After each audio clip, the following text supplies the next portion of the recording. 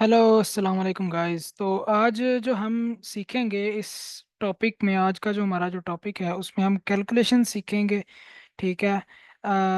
कैसे पता चलता है कि मुझे अगर स्टॉप लॉस जो मेरा हिट होगा कितना लॉस होगा, और अगर मेरा टीपी हिट होता है तो कितना प्रॉफिट होता है। लॉट साइज के हिसाब से जो है आपका पेयर जो है उसके हिसाब से। आज वो हम गोल्ड के बारे में देखेंगे कि ये जो कैलकुलेशंस हैं ये कैसी होती हैं। ठीक है, ये बहुत इंपॉर्टेंट है। जो कि 90% बिगिनर्स को ये चीज़ नहीं पता होती, उनको पता ही नहीं है कि वो जो ट्रेड कर रहे हैं वो किस तरह से कर रहे हैं, उसका स्टॉप लॉस जो उन्होंने लगाया है वो कितने डॉलर का लगाया है, और जो टीपी आपने लगाया है कितने डॉलर का लगाया है। ठीक है, आपको पता ही नहीं होता कि ये कैलकुलेशंस कितनी है और कैसे की जाती हैं। ठीक है, तो वो चीज़ मैं आपको यहाँ पे आज के लेक्चर में समझाने वाला हूँ। तो इसमें क्या करना है, सबसे पहले जो है ना मैं आपको बता देता हूँ कि लॉट साइज जो है ना हमारे वो होते हैं जी। तीन किस्म के लॉट साइज होते हैं। सबसे पहला हमारा लॉट साइज होता है माइक्रो। ठीक है, जो कि बराबर होता है 0.01 से लेके, ठीक है, और जाता है जी 0.09 तक। ठीक है, माइक्रो लॉट हो गया। उसके बाद हमारी आ जाती है जी मिनी लॉट आ जाती है। ठीक है, ये जनाब जाती है हमारी 0.10 से लेके, ठीक है, और 0.90 तक। ठीक है, तो ये हमारा जो है ना मिनी का लॉट साइज हो गया। ठीक है, उसके बाद जो तीसरा हमारे पास आ जाता है स्टैंडर्ड लॉट साइज। ठीक है, ये हमारे पास 1 से लेके, ठीक है, और आगे ऑनवर्ड जितनी भी काउंटिंग है वहाँ तक जो है ना ये चलता है। ठीक है, तो ये तीन हमारे पास जो है ना लॉट साइज होते हैं। ठीक है, और इस लॉट साइज को मैं अभी आपको बता देता हूँ कि इसको आगे करना क्या है हमने। ठीक है, अब ये देखें 0.01 का मतलब है कि एक माइक्रो लॉट लगी है। ठीक है, 0.02 का मतलब होगा दो माइक्रो लॉट्स, 0.03 का मतलब होगा तीन माइक्रोलॉट्स, और 0.04 का मतलब चार माइक्रोलॉट्स। इसी तरह 5 6 7 8, और ये हो गया 9 माइक्रोलॉट्स। जैसे ही इसमें वन और ऐड होगा तो वो बन जाएगा 0.10, तो वो आगे शिफ्ट हो जाएगा मिनी लॉट में। ठीक है, तो वो 0.10 से लेके आगे चलता जाएगा 0.20 30 40 50 60 70 80 90। तो जैसे ही 90 के बाद 100 आएगा तो वो कन्वर्ट हो जाएगा स्टैंडर्ड लॉट में। ठीक है, तो वो एक स्टैंडर्ड, दो स्टैंडर्ड, तीन स्टैंडर्ड, चार स्टैंडर्ड। ठीक है, तो ये इस तरह चलता है। तो मैं आपको इसमें बता देता हूँ कि ये जो एक माइक्रो लॉट होती है, ठीक है, मार्केट के ना कुछ रूल्स होते हैं, मार्केट को जो बनाने वाले जो लोग हैं, ठीक है, उन्होंने इसके कुछ रूल्स सेट कर दिए हैं। ठीक है, तो अगर आपने अपने ट्रेडिंग में जो भी आपने ट्रेड लगानी है उसमें अगर आपने एक माइक्रो लॉट लगानी है, ठीक है, एक माइक्रो लॉट लगानी है, तो उसके लिए आपको चाहिए होंगे $10। ठीक है, कितने डॉलर चाहिए होंगे आपको? $10 चाहिए होंगे। किसके लिए? एक माइक्रो के लिए। आप ज़रा मुझे सोच के बताएं कि अगर मुझे दो माइक्रो लगानी है तो कितने डॉलर मुझे चाहिए होंगे? जी बिल्कुल, $20 चाहिए होंगे। और अगर मुझे पांच माइक्रो लगानी है तो कितने डॉलर मुझे चाहिए होंगे? हाँ जी बिल्कुल, $50 चाहिए होंगे। ठीक है, तो हम आगे चलते हैं। इसके बाद आ जाते हैं जी, अगर आपने मिनी लॉट लगानी है, ठीक है, एक मिनी लॉट लगानी है, तो उसके लिए आपको चाहिए होंगे $100। ठीक है, $100 से 1 सेंट भी कम नहीं हो सकता। ठीक है, $100 फॉर वन मिनी लॉट। ठीक है, तो एक माइक्रो के लिए $10, एक मिनी के लिए $100, और इसी तरह एक स्टैंडर्ड के लिए आपको चाहिए होंगे $1000। यानी कि आपके अकाउंट में इतने डॉलर होने चाहिए, तब जाके जो है ना आपकी एक ये लॉट लगेगी। ठीक है, तो अगर आपने एक माइक्रो लॉट लगानी है तो उसके लिए आपके अकाउंट में $10 होने चाहिए। $9.9 भी है ना तब भी वो आपकी जो है ना लॉट नहीं लगेगी, अनलेस अनटिल के आपने लेवरेज ना ली हो। अब जिन लोगों को लेवरेज का नहीं पता, ठीक है, वो मेरी पिछली वीडियोस देख ले जाके, उसमें मैंने लेवरेज का बताया हुआ है, लेवरेज क्या चीज़ है और क्यों यूज़ की जाती है। ठीक है, और इसके क्या नुकसान है, वो मैंने अपनी पिछली वीडियोस में बताया।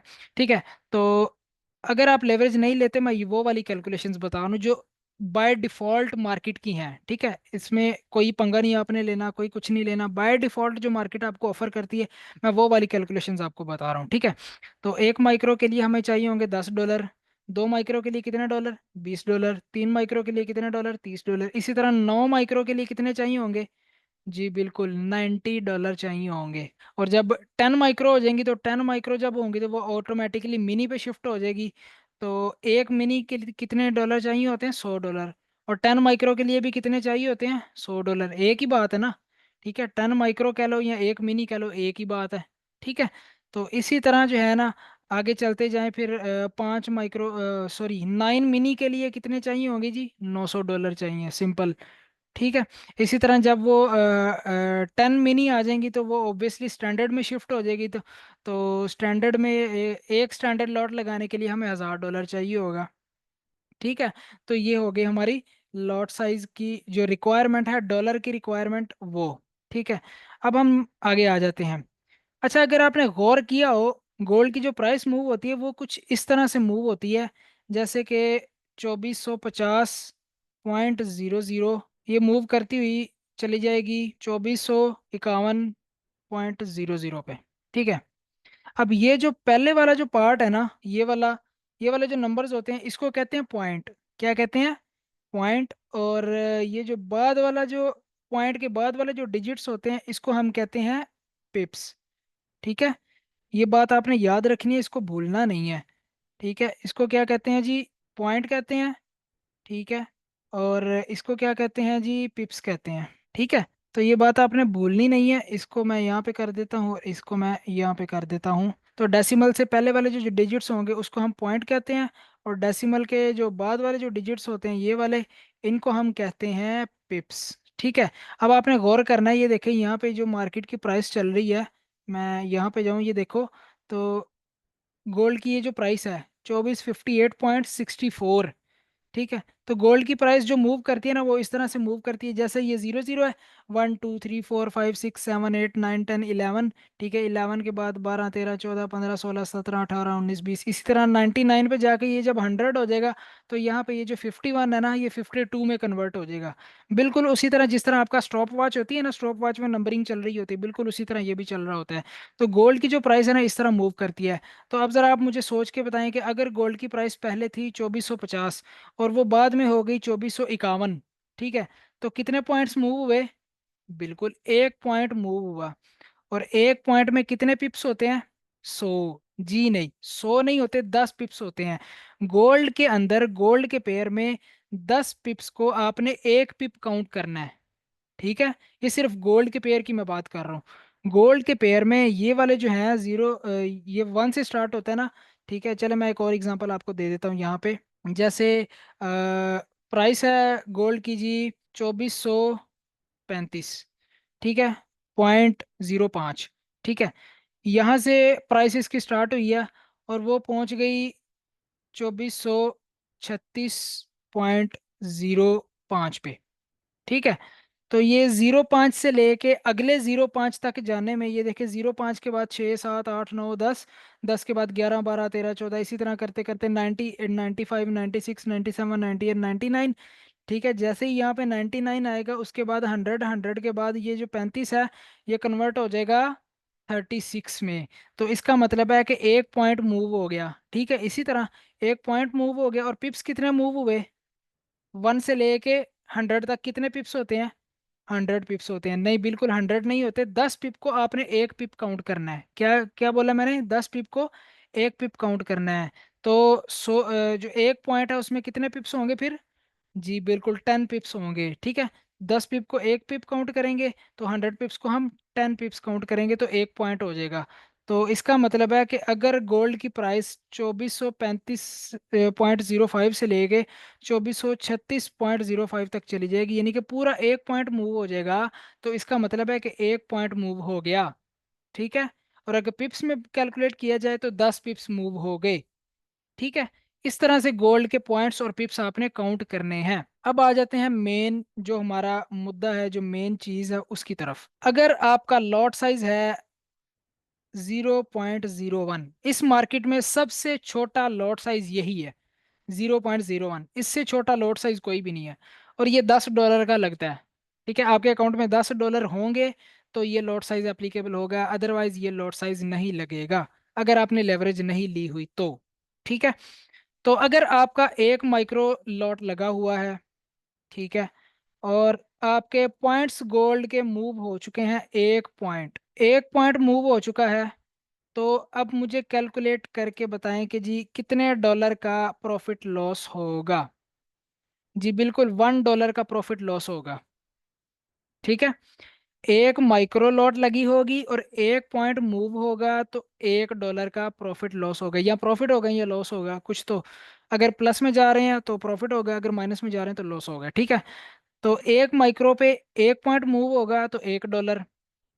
एक माइक्रो लॉट लगी होगी, 2 पॉइंट मूव होंगे तो $2, 3 पॉइंट मूव होंगे तो $3, 4 पॉइंट मूव होंगे तो $4, 5 पॉइंट मूव होंगे तो $5। ठीक है, अब यहाँ पे एक सिनेरियो और भी आ जाता है इसी तरह जो है, अगर मेरा लॉट साइज 0.03 लगा हुआ है, यानी कि 3 मेरा माइक्रो लगे हुए हैं और 1 पॉइंट मूव हुआ है। कितने जी? 1 पॉइंट मूव हुआ है। और अब मुझे सोच के बताएं कि जी कितने डॉलर प्लस होंगे। जी $3 प्लस होंगे, शाबाश। $3 प्लस इस तरह होंगे क्योंकि देखो, एक माइक्रो पे 1 पॉइंट मूव हो रहा था, $1। इसी तरह से अगर मैं इसी लॉट को 3 माइक्रो कर दूं तो पॉइंट तो एक ही है, तो 3 माइक्रो और 1 पॉइंट, तो $3 यहाँ पे प्लस होगा। अभी भी कुछ लोगों को समझ आ गई होगी और कुछ को मेरी समझ नहीं आ रही। सर थोड़ा सा आसान कर दें ताकि हमें समझ आ जाए। कोई मसला नहीं है, परेशानी वाली बात नहीं है, मैं आपके लिए आसान कर देता हूँ। मैं किस लिए हूँ यहाँ पे, एक सिंपल सा फॉर्मूला आपको बताता हूँ। जितने पॉइंट्स मूव हुए हैं और जितने माइक्रो लॉट्स आपके लगे हैं, इसको आपने आपस में कर देना है मल्टीप्लाई। जो आंसर आएगा ये प्लस माइनस होगा। ठीक है, जितने पॉइंट्स मूव हुए हैं उसको, और जितने माइक्रो लॉट्स लगे हैं, मैं मिनी की बात नहीं कर रहा, मैं स्टैंडर्ड की बात नहीं कर रहा, मैं माइक्रो लॉट्स की बात कर रहा हूँ। जितने माइक्रो लॉट्स लगे होंगे उसको, और जितने पॉइंट्स मूव हुए हैं उसको, इन दोनों को आपस में मल्टीप्लाई कर लो। जो आंसर आएगा वो आपका प्रॉफिट लॉस होगा। तो फॉर एग्जांपल, अगर आपने 5 पॉइंट्स का स्टॉप लॉस लगाया है, अब आपको समझ आ गई कि अगर मैंने गोल्ड के ऊपर मेरा लॉट साइज है 0.05, 5 माइक्रो मैंने लगाई हुई है और मेरा स्टॉप लॉस है 5 पॉइंट्स का, तो आप खुद ही कैलकुलेट कर लो। 5 को मल्टीप्लाई करो 5 के साथ, $25 बनते हैं, तो आपको पता चल जाएगा कि $25 का मेरा स्टॉप लॉस है। और इसी तरह अगर आपका टीपी लगा हुआ है 10 पॉइंट्स का या 12 पॉइंट्स का या 15 पॉइंट्स का, तो आपको पता चल जाएगा 5 माइक्रो लॉट के हिसाब से 15 जो है आपके वो लगे हुए हैं, पॉइंट्स हैं। तो 5 को 15 से मल्टीप्लाई करो तो $75 आपका जो है वो टीपी हो जाएगा। तो इस तरह से आपकी कैलकुलेशन हो गई आसान। अब आपको पता चल गया कि गोल्ड की जो कैलकुलेशन है वो कैसे करनी है और जो स्टॉप लॉस सेट करना है वो कैसे करना है। अच्छा, जब आप मार्केट में बैठे होते हो, ट्रेड कर रहे होते हो, तो मार्केट तो बड़ी तेजी से मूव कर रही होती है। तो अब आप कैलकुलेटर लेके बैठ जाओगे, उसके ऊपर कैलकुलेट करोगे, फिर लॉट साइज लगाओगे, फिर आप उसका एसएल लगाओगे, फिर टीपी लगाओगे। अरे नहीं भाई, ऐसे नहीं करना। आपने ये चीज़ें पहले से कैलकुलेट करके रखनी है। ठीक है, मैं ज़रा आपसे कुछ क्वेश्चन थोड़े से और पूछ लूँ ताकि आपका माइंड सेट जो है ना, माइंड क्लियर हो जाए। ठीक है, तो ज़रा मुझे सोच के बताएं कि अगर मेरा लॉट साइज 0.04 लगा हुआ है और गोल्ड के जो पॉइंट्स मूव हुए हैं वो पॉइंट है हमारे पास 4। ठीक है, 4 पॉइंट मूव हुए हैं। तो अब मुझे सोच के बताएं कि कितने डॉलर का मुझे प्रॉफिट होगा या लॉस होगा। ठीक है, जरा सोच के बताएं। हाँ जी बिल्कुल, कुछ लोगों ने फौरन से मल्टीप्लाई कर लिया। 4 पॉइंट को 4 माइक्रो लॉट्स के साथ मल्टीप्लाई करें तो हमारे पास आंसर आता है $16। ठीक है, कितने जी? $16 का हमारा प्लस माइनस होगा। तो अब मैं एक और छोटा सा मासूम सा क्वेश्चन आपसे पूछता हूँ। जी मुझे सोच के बताएं कि मिस्टर एबीसी, आपका जो भी नाम है, सोच के बताएं कि अगर मेरा लॉट साइज लगा हुआ है 0.10 का, ठीक है, तो पॉइंट्स हमारे उतने ही मूव हुए हैं, 4 पॉइंट्स ही मूव हुए हैं। तो अब ज़रा सोच के बताएं कि कितना प्रॉफिट जो है ना प्लस माइनस होगा हमारा। कंफ्यूजन हो गई। 4 को मल्टीप्लाई करेंगे आप 1 से, अरे नहीं, मैंने आपको बताया है कि एक मिनी लॉट के अंदर, ये ऊपर देखें, एक मिनी लॉट के अंदर कितने माइक्रो होते हैं? 10 माइक्रो होते हैं। तो मैंने आपको बताया था कि इसको आपने माइक्रो से मल्टीप्लाई करना है, मिनी से मल्टीप्लाई नहीं करना, स्टैंडर्ड से मल्टीप्लाई नहीं करना, आपने इसको माइक्रो से मल्टीप्लाई करना है।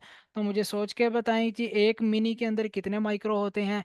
जी बिल्कुल 10 माइक्रो होते हैं। तो आपने इसको 10 से मल्टीप्लाई करना है, तो 10 4 $40। जी बिल्कुल, शाबाश, अब आपके दिमाग की बत्ती जली है। अब आपको पता चल गया कि यहाँ पे $40 का जो है प्लस माइनस होगा। ठीक है। अब मैं एक और क्वेश्चन आपसे पूछ लेता हूँ ताकि आपकी प्रैक्टिस अच्छी हो जाए और आपको अच्छे से समझ में आ जाए। तो मैं आपसे एक और पूछ लेता हूँ, 0.26 मेरा लॉट साइज है। ठीक है। और पॉइंट मेरे पास मूव हुए हैं जी, 7 पॉइंट्स मूव हुए हैं, 7 पॉइंट्स मूव हुए हैं। तो अब ज़रा मुझे सोच के बताएं कि कितना प्लस माइनस होगा। जी, इसको 26 से मल्टीप्लाई कर रहे हैं। हाँ जी बिल्कुल, इसको 26 से मल्टीप्लाई करना है। क्यों? क्योंकि एक मिनी लॉट में 10 माइक्रो होते हैं, 2 मिनी लॉट में 20 माइक्रो होते हैं। तो ये कितने हैं जी? ये 2 मिनी लॉट और 6 माइक्रो लगे हुए हैं। तो ये बन गया 0.26। तो टोटल 26 माइक्रो लॉट्स लगी हुई हैं। कितनी लॉट्स लगी हुई हैं? 26 माइक्रो लॉट्स लगी हैं। तो आपने क्या करना है, 7 को 26 से मल्टीप्लाई करना है, और जो आपके पास आंसर आएगा वो आपने यहाँ पे लिख देना है। तो अब ज़रा शाबाश कैलकुलेट करके बताओ, 26 × 7 कितने बनते हैं? शाबाश, $182 बनते हैं। कितने बनते हैं जी? $182 बनते हैं। तो अब आपको पता चल गया कि मुझे स्टॉप लॉस कैसे सेट करना है और कितना सेट करना है, टीपी कैसे सेट करना है, कितना सेट करना है। ठीक है, मैं यहाँ पे इसको बड़ी स्क्रीन कर लेता हूँ और इसको मैं ऐसे कर लेता हूँ। ज़रा एक जल्दी से इसका स्क्रीनशॉट ले लें, जल्दी से एक इसका स्क्रीनशॉट ले लें, ले लिया? ठीक है। अब नेक्स्ट एक जल्दी से इसका स्क्रीनशॉट ले लें, जल्दी से फटाफट से। शाबाश। अब जब भी आपको भूल जाए कैलकुलेशन, आपने ये दो स्क्रीनशॉट्स जो आपने लिए हैं इसको देख लेना है। ये फॉर्मूला आपने नहीं भूलना, ये फॉर्मूला आपने माइक्रो लॉट्स के साथ इसको मल्टीप्लाई करना है। ठीक है, जैसे मैंने आपको बताया है, अगर मिनी लॉट भी लगाई हुई है तो एक मिनी लॉट में कितने माइक्रो होते हैं? 10 माइक्रो होते हैं। इसी तरह स्टैंडर्ड की बात आ जाती है। तो एक स्टैंडर्ड में कितने माइक्रो होंगे? 100 माइक्रो होंगे। तो उसको आपने 100 से मल्टीप्लाई करना है, 1 से मल्टीप्लाई नहीं करना। ठीक है, ये बात मेरी आपने याद रखनी है। बात समझ में आ गई? अगर अभी भी आपकी कोई क्यूरी है, अभी भी कोई क्वेश्चन है, तो नीचे कमेंट है, इसीलिए कमेंट बॉक्स रखा हुआ है कि ताकि आप कोई क्वेश्चन पूछें और मैं रिप्लाई कर सकूं। और आपके क्वेश्चन पूछने से हो सकता है किसी और की भी हेल्प हो जाए। ठीक है। और अगर आपको लगता है कि आपका कोई दोस्त उल्टे सीधे पंगे लेता है और लॉस कर देता है, उसे नहीं पता चलता कि जी इसकी कैलकुलेशन कैसे करनी चाहिए, तो उसको ये वीडियो शेयर कर दो। ठीक है, ताकि वो लॉस से बच जाए।